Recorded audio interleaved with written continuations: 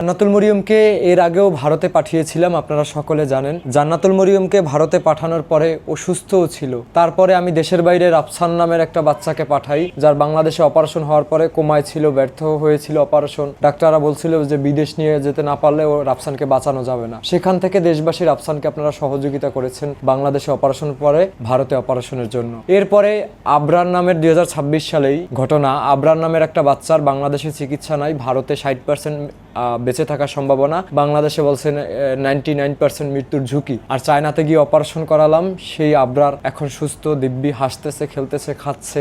চায়নার মতো দেশে বাংলাদেশের ইতিহাসের প্রথম, বাকি চায়নার ইতিহাসের প্রথম আসলে বাংলাদেশের কোনো একটা অসহায় মানুষের, বাকি চায়নাতে কোনো অসহায় মানুষের প্রথম চিকিৎসা হয়েছে। আমি পরিশ্রম করে গিয়েছিলাম, বাংলাদেশের মানুষ, দেশবাসী আপনারা সহযোগিতা করেছিলেন আবরারের জন্য। আবরার বাবা মাকে 24 লক্ষ টাকা প্লাস বলতে পারেন। তো সেই সকলের সাহায্যে আবরার নতুন জীবন ফিরে পেয়েছিল। সেই আবরারের কিন্তু বললেই কিন্তু 24 লক্ষ টাকা ম্যানেজ হয়ে যায়নি। সেখানে এই জান্নাতুল মরিয়মকে যে ভারতে পাঠিয়েছিলাম সেই চিকিৎসা ডকুমেন্ট ছিল, এবং রাফসানরে যে ভারতে পাঠিয়েছিলাম সেখানে রাফসানের চিকিৎসা ডকুমেন্ট ছিল। অনেকেই আমাকে জান্নাতুল মরিয়ম থেকে চিনেন, অনেকেই আবার রাফসান থেকে চিনেন, অনেকেই আবার আবরার থেকে চিনেন। তো জান্নাতুল মরিয়মকে কিন্তু ফার্স্ট ভারতে পাঠিয়েছিলাম। আমি যত 50 জন মানুষের চিকিৎসা করেছি, জান্নাতুল মরিয়মকে ফার্স্ট ভারতে পাঠাতে পেরেছিলাম সফলভাবে। তো জান্নাতুল মরিয়ম ফার্স্ট গিয়েছিল, তার চিকিৎসা হয়েছিল, সে সুস্থ হয়েছিল। রাফসান এখন ভালো আছে, বাকি আবরার ভালো আছে চায়নাতে চিকিৎসা করে। যদিও এগুলো অনেক বড় একটা দায়িত্বের জিনিস, অনেক বড় একটা আসলে একটা লম্বা পথ পাড়ি দিতে হয়। আপনি চাইলেই মুখের কথা না যে চায়না বাড়ির কাছে চলে গেলাম। তো এই পথটা অনেক লম্বা ছিল। আবরারের চিকিৎসা, বাকি রাফসানের চিকিৎসা, বাকি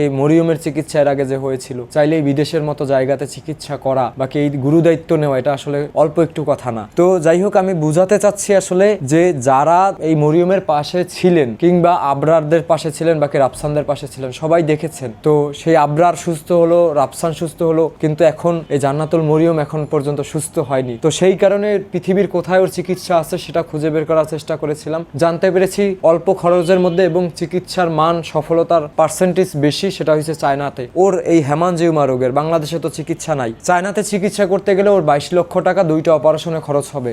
আর সেই টাকা ওর বাবা মা যখন বলল যে আসলে ভেঙে পড়লো, বাকি এত টাকা কিভাবে তারা ম্যানেজ করবে, তারা যখন আসলে এক প্রকার বসে পড়লো সন্তানকে নিয়ে যে আসলে মানে আমাদের হাতে আর করণীয় কি, আল্লাহকে ডাকা ছাড়া তাদের কোনো পথ নেই, তখন আবার চেষ্টা করলাম, দেশবাসীকে জানালাম। দেশবাসী এখন পর্যন্ত ওর চায়না চিকিৎসার জন্য 3,54,000 টাকা সাহায্য করেছে। আপনারা দোয়া করবেন। আবরারের মতো অনেক টাকার ওর ব্যাপার। আবরারের লাগছিল 24 লক্ষ টাকা, ওর লাগবে 22 লক্ষ টাকা। তোর 22 লক্ষ টাকা যেন আমি ম্যানেজ করে দিতে পারি। আল্লাহ তাআলা যেহেতু আমাকে হুকুম করেছে, নাহলে আমি এইখানে আজকে ওর নিয়ে বসতে পারতাম না, বাকি আপনাদের কাছে চাইতে পারতাম না। বাকি এই যে 3,54,000 টাকা সাহায্য পাঠিয়েছেন, এটাও আসলে ম্যানেজ হতো না। তো আল্লাহ যা করেন ভালোর জন্য করেন, সকলে দোয়া করবেন। ওকে আল্লাহ রোগ দিয়েছে, বিরল একটা রোগ, যে রোগের বাংলাদেশে চিকিৎসা নাই, ভারতে ওইভাবে নাই। তো ওর যেই দেশে চিকিৎসা আছে সেই দেশের চিকিৎসার জন্য চেষ্টা করতেছি, হাল ছেড়ে দিচ্ছি না। তো আপনারা দোয়া করবেন যেন ও সুস্থ হয়ে যায় এবং ওর চিকিৎসাটা যেন সফলভাবে হয়, এবং আল্লাহ আমাকে যেন ধৈর্য শক্তি দেয়। আবরারকে নিয়ে যে 2 মাসের মতো পরিশ্রম করেছিলাম, ওকে নিয়েও যেন পরিশ্রমটা করতে পারি।